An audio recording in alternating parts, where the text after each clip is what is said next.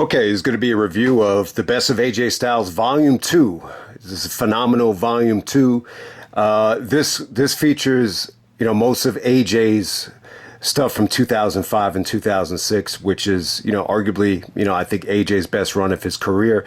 This is only one disc. If you remember Phenomenal Volume 1, it was everything from 2002 to 2004 when TNA was branded as NWA TNA. But, I thought this would be a good time to do it. AJ just had the phenomenal I Quit match with Cody at Clash of the Castle. From the comment section, it looks like there's rumors that AJ might be going back to Japan. Apparently, he's going to be facing Marufuji, which should, definitely be interesting. I don't know if AJ and Marufuji at this stage is the best combination it would have ever been.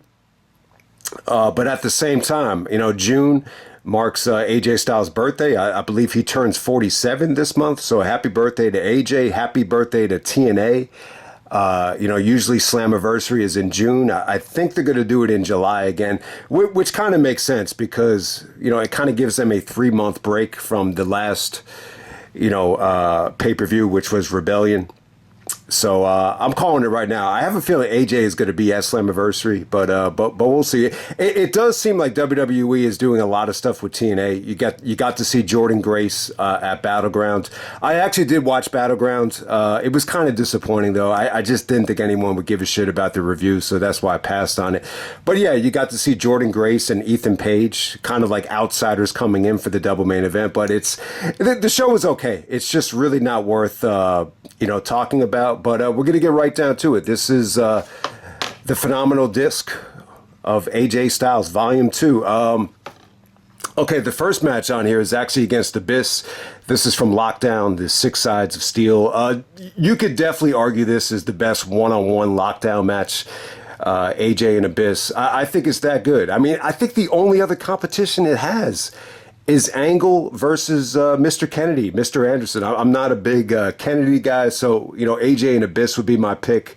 It felt like David versus Goliath. It was really, really cool. It still holds up. There's just some amazing counters here. There's some amazing high flying from AJ here. The ending is pretty damn sick with that sunset flip. There's thumbtacks. There's just, AJ was able to use the cage to his advantage just to make it a more engaging match against the Monster Abyss. Definitely, I would say, arguably Abyss's best match in TNA. So if you haven't seen it yet, definitely check it out. It's probably the best one-on-one Lockdown match ever.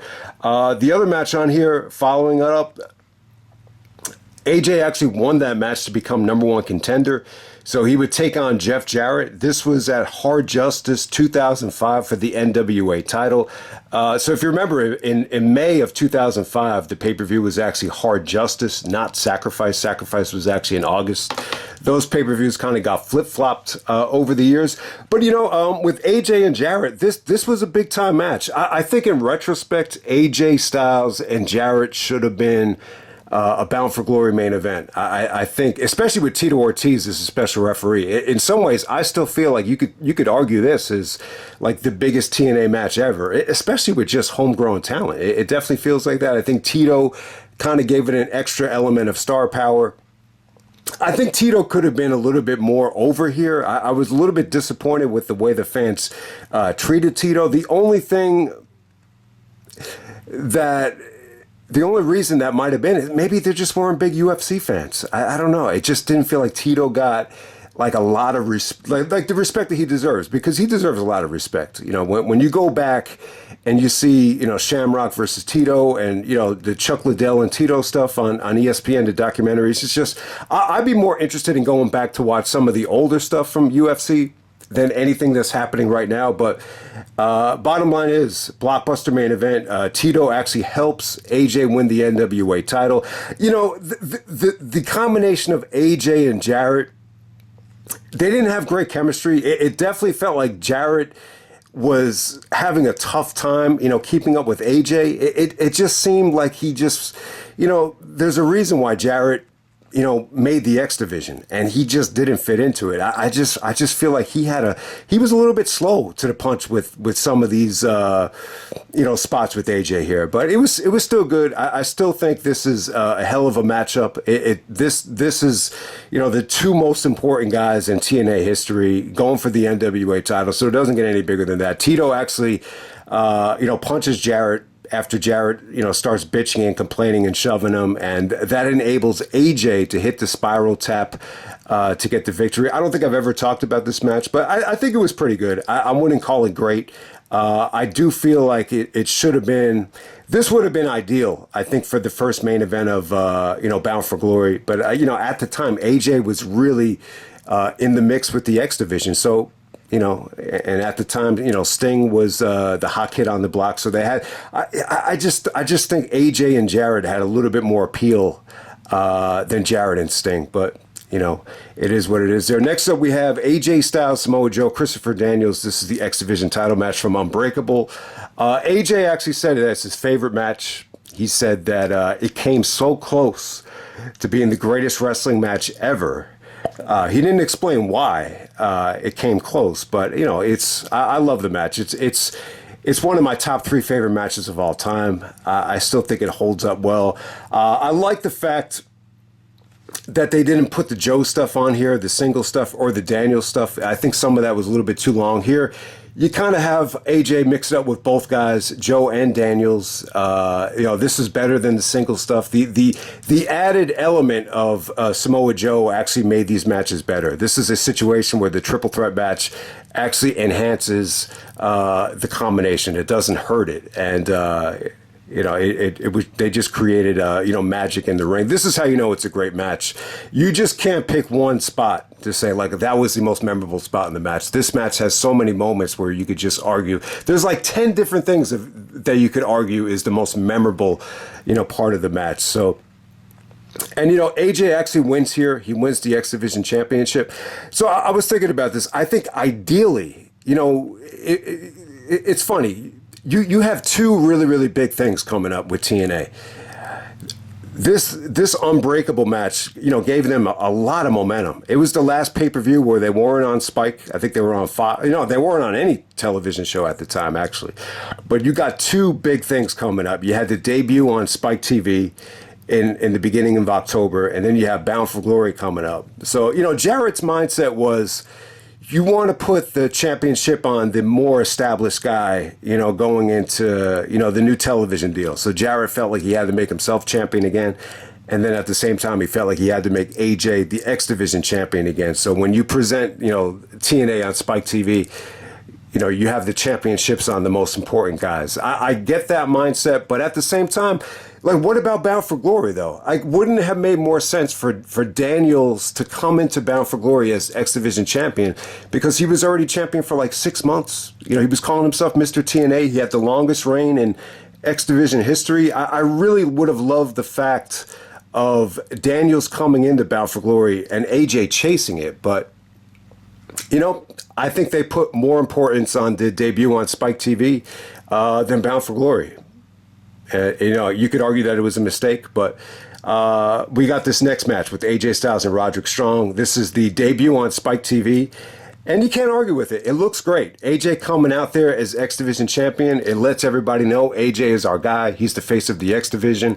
He's explosive. He's exciting. He's awesome. He's going up against Roderick Strong. You got the TNA MVP of 2005 going up against arguably the ROH MVP of 2005 in AJ and Roderick. I thought the match was, it was short, but it was sweet as hell. I do feel like if AJ and Roderick went like 40 minutes or 45 minutes like Danielson and Strong did, I think they could have topped Danielson and Strong. I mean, that's how good both guys looked. AJ wrestled this match with a sense of urgency that I don't think I've ever seen before. He looked better than ever here.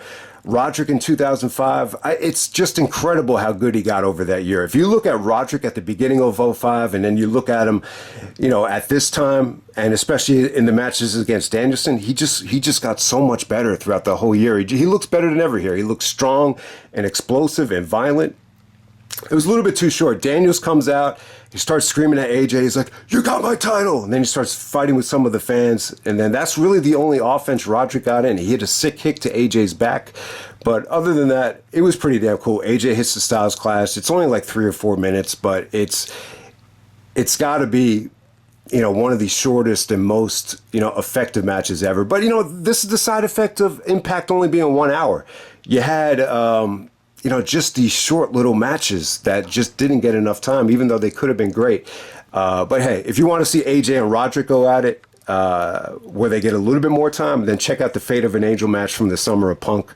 I do feel like this match could have been better than that just by the way it was going, because it felt like it was going that good. Next up, we got AJ Styles taking on Petey Williams. This is from Genesis 2005, the X Division title match. So at this time, this pay-per-view, it put more emphasis on establishing Christopher Daniels as a babyface and making Samoa Joe a monster heel. So they put Joe and Daniels in the Survivor Series elimination match. So AJ is free to wrestle Petey Williams in the X Division title match. This is a rematch from TNA's first pay-per-view, Victory Road, 2004. You know what, man? It's tough. I think the match that AJ and Petey had at Victory Road, it had a unique feel. This one, it felt a little bit bland. It just felt a little bit like filler to me. Like, the title is on AJ. Ultimately, AJ is pretty much a transitional champion for Joe, to be completely honest with you. So, him and Petey go out there. They do their thing. You actually see Petey in WWE right now. He's like one of the officials. I actually saw him... he got involved in the Sami Zayn Braun Breaker fight the other night with Sheamus. So shout out to Petey Williams. He did not hit the Canadian Destroyer here. I think Austin Aries said if you take the Canadian Destroyer away from Petey, he's really not that great. Somebody said that. Was it Aries? I feel like somebody said that. Or no, Aries said the thing about how he was pissed that Petey ranked higher than him in the PWI 500. But hey, man, back to this match. It felt a little bit long. It felt like it dragged a little bit towards the end. But, there were some must-see spots here. Petey actually suplexes... how Angle and Michaels teased that German suplex, from the middle of the ropes by the apron onto the outside. You've never really seen anybody take it, especially in WWE. Here, AJ actually takes it. He takes the German. Petey just kind of Germans him into the steel barricade. And yeah, AJ takes the bump on the steel barricade. It looked painful. It looked brutal. And, the match is going pretty well. I think it was good, but not great. The ending is pretty damn cool here. Joe comes out with the bloody towel that he beat up Daniels with, and he's kind of mocking AJ. AJ is able to counter Petey into a Styles Clash from the top rope. Really, really satisfying finish. A really, really good match right there. But I do feel like this pay-per-view was kind of overshadowed by... the Joe beatdown on Daniels and Christian's TNA debut. The AJ Petey match here, it doesn't really get a lot of attention, not a lot of love, but it's pretty cool though. It's a pretty damn good match. Next up, we have America's Most Wanted taking on AJ and Daniels. This is from Slammiversary for the NWA Tag Team titles. So AJ and Daniels win the Tag Team Championships. It was a great moment, a great finish. They neutralized Gail Kim with Serelda, which, the Serelda stuff doesn't really hold up that well. I think, this match overall, it's really not as good as the match from Sacrifice. The match from Sacrifice from start to finish was definitely a more satisfying match. This really didn't get going until Gail Kim was taken out of the match. But nonetheless, man, the finish is still hot. AJ and Daniels hit the frog splash, best moonsault ever combination, and it's well documented. Daniels' celebration at the end of it is pretty damn cool. It was cool to see AJ and Daniels win the tag team titles. I mean, after they feuded the whole year, this was the natural, logical thing to do. The fans love them. AJ even talked about in this DVD that, him and Daniels are very, very close. He actually named his son after Christopher Daniels' last name, which I think is Koval.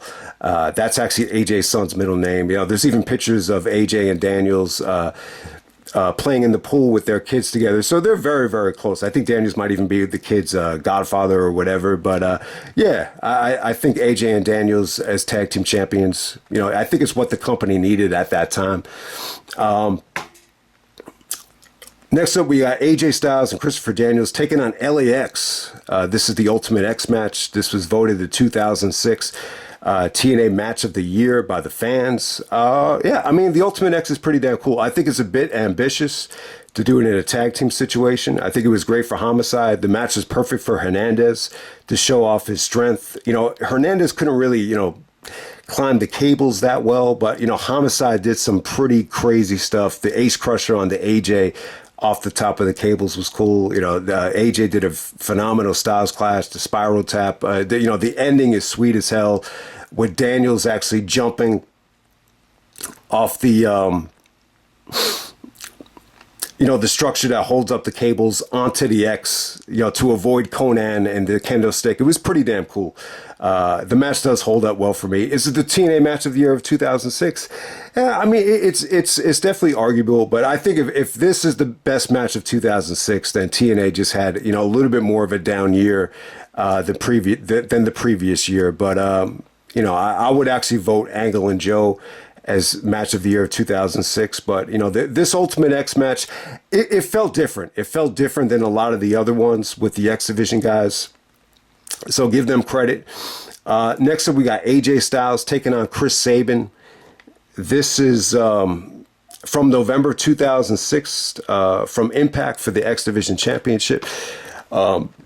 Sabin actually wins the belt from Loki at Bound for Glory. And, one of the first title defenses was against AJ. This is when TNA started getting a little bit weird. And there's also like this Fight for the Right tournament that if AJ wins this match, he advances in the tournament. So there's a couple of weird things going on here. I mean, it was like, what's the point of putting the belt on Sabin if you're just going to have AJ, win it here? And then I think they went to Daniels winning the X Division title from here. So this is around the time where, this is kind of like the fallout of the Jackass stuff. And I think Russo, was booking at the time. They moved into the primetime spot on Spike. So I think the mindset was Jarrett wanted Russo to be a little bit more hands-on. He had experience writing a television show from week to week. So it does make sense when you look at it from that standpoint. But the booking of the X Division title at the end of 06, I think it really rubbed a lot of people the wrong way. I putting the X Division title on AJ, it's always, I'm not going to say it's a bad decision, but just the way it was handled here with the kind of hot potato of the X Division title, I don't really think it did anyone any favors. But yeah, I mean, AJ and Sabin, I don't really remember any other singles matches between them. It was going good. It was going pretty damn strong to me. Sabin hit some nice explosive offense. Hit a nasty looking Yakuza kick. AJ actually counters the cradle shock into a small package, which looked cool, but it was just like, what was the point of this? I just didn't get, why would they take the title away from Sabin so quickly? I just think they wanted to turn Sabin heel and have him, go after guys like the veterans, Daniels and Jerry Lynn. I think that was the mindset there, but, never really agree with it. But hey, it actually fit in well with the rest of the compilation here because AJ gets a big victory over Sabin. And you pretty much get AJ taking on a nice little variety of opponents here. It's a pretty damn good match listing for, only one disc. So, but, there's some pretty interesting stuff on the documentary as well.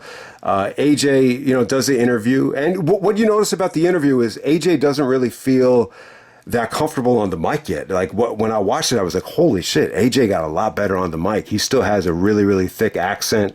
Like when he says high school and my wife, like he definitely has like that thick, Southern, Georgia accent, which is cool. I like it to a degree, but it didn't seem like he was that comfortable on the mic yet. And he even said like his ultimate goal was to become better than Christian on the mic. I mean, at the time, he felt like Christian was the best of all time on the mic, which is debatable, but you get what he's saying. Christian at that time was, almost trying to coach AJ, when you think about it. But yeah, AJ had a rough life, man. They actually go into the same trailer that he lived in when he was young, and it was all battered up and broken down. And he talked about the kerosene heater that got caught on fire and he had to throw it out of the trailer.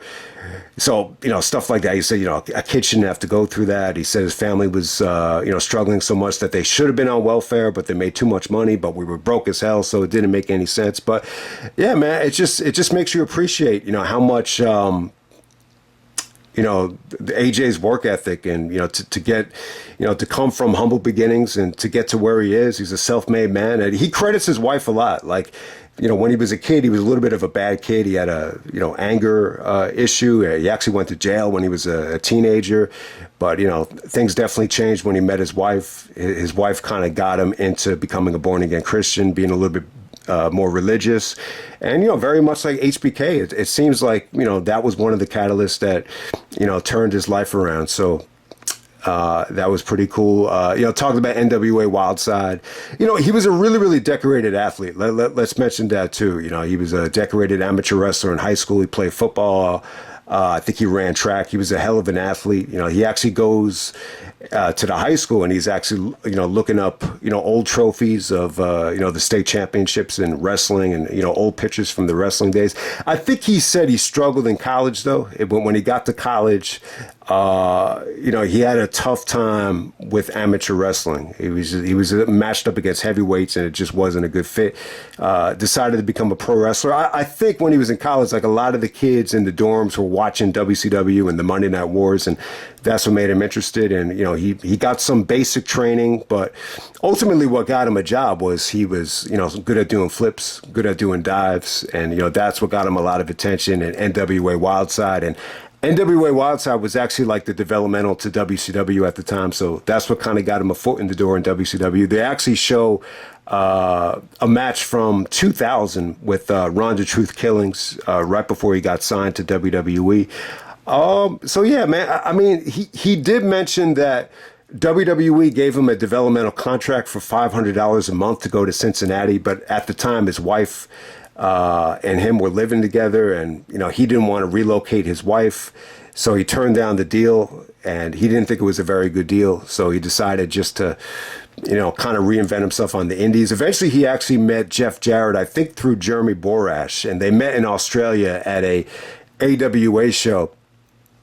And Jarrett was actually talking to him about, TNA is going to be starting up soon. We want you to be like the, the face of the alternative brand. And, AJ was just like praying that TNA would finally start up because he had just turned down the WWE deal. And, he mentioned that the show in Huntsville, the very first show, one of the very first shows, I think it was the X Division title match, the 4-way. He actually had a broken foot, but he didn't want to say anything to anybody because he didn't want to lose the job, and he was just really determined to make a name for himself, obviously, and he just credits Low-Key and Jerry Lynn for bringing the best out of him. He said those matches really, really hold up. He talked about that Joe really fucked up his knee bad with the leg sweep, and he had a tough time getting over that. But he actually had the broken foot against Low-Key in that match. But talked about some of the minor injuries, but trying to think, where does it really go from there? In terms of TNA, he just said that, it sucked, to be away from his, wife and kid. When his son was just born, he was in Hawaii for like 5 days, just miserable as you can be. Yeah, he just said, he knows that he knew like that was one of the things he was going to hate about wrestling, was just being away from his family for, that long of a time. But he said, he just wanted TNA to get better and better. He just hoped like everybody just, got better as time went on. This way, we could just rely on TNA. And, it almost felt like, AJ wanted this, be part of TNA the whole time. Like, I think he was just happy with that. As long as it was able to feed his family and as long as it was a situation where it was going to allow him to spend more time at home, I think AJ would have been fine with just TNA. But, I don't think at the time, AJ really anticipated, all the changes that were going to be made with, Jarrett being phased out, Dixie getting more power, hiring Hogan, hiring Bischoff. And then it got to the point where they didn't, they stopped paying AJ. And Jarrett even said, if you're going to pay anybody, you pay AJ. And then that led to him joining New Japan, and that led to the WWE, and the rest is history. So, yeah, man, I think this is a good disc. I mean, obviously this doesn't feature everything. I do think this '05 to the end of '06, it's arguably, I think, AJ's best run ever. And that includes even the New Japan stuff and the WWE stuff. So it doesn't have everything on here. There's singles matches against Daniels and Joe that are great, that are like near 5-star classics that should be on it. But the variety of opponents is sweet. And they did a good job here, just limiting this down to a single disc. So definitely check it out if you haven't yet. This is the Best of AJ Styles Volume 2. I think it was really, really cool. The match listing was great, in my opinion. And then at the same time, you really get to know AJ as a person. I just think he's a hell of an impressive dude. He doesn't strike me as someone that is greedy, for fame or greedy for money. He just wants to take care of his family and do what he loves to do. And I'll say it time and time again. AJ is one of the guys I think everybody should look up to. And just him going back to his old stomping grounds, his old high school, meeting up with, some of the old teachers. It was cool, man. I actually don't, like, when I look back on it, I don't mind these TNA, releases. I mean, the production values aren't, WWE standards or anything like that, but, there's something, authentic about them. So definitely check it out if you haven't yet. AJ Styles Volume 2. We'll see what AJ does next. If anyone wants to post in the comment section what you think AJ will be doing down the road, maybe Slammiversary, maybe more stuff with Japan, maybe he'll resign with WWE. Hopefully, maybe that happens. Who knows? But we'll see what happens. AJ Volume 2, and I'm out. All right.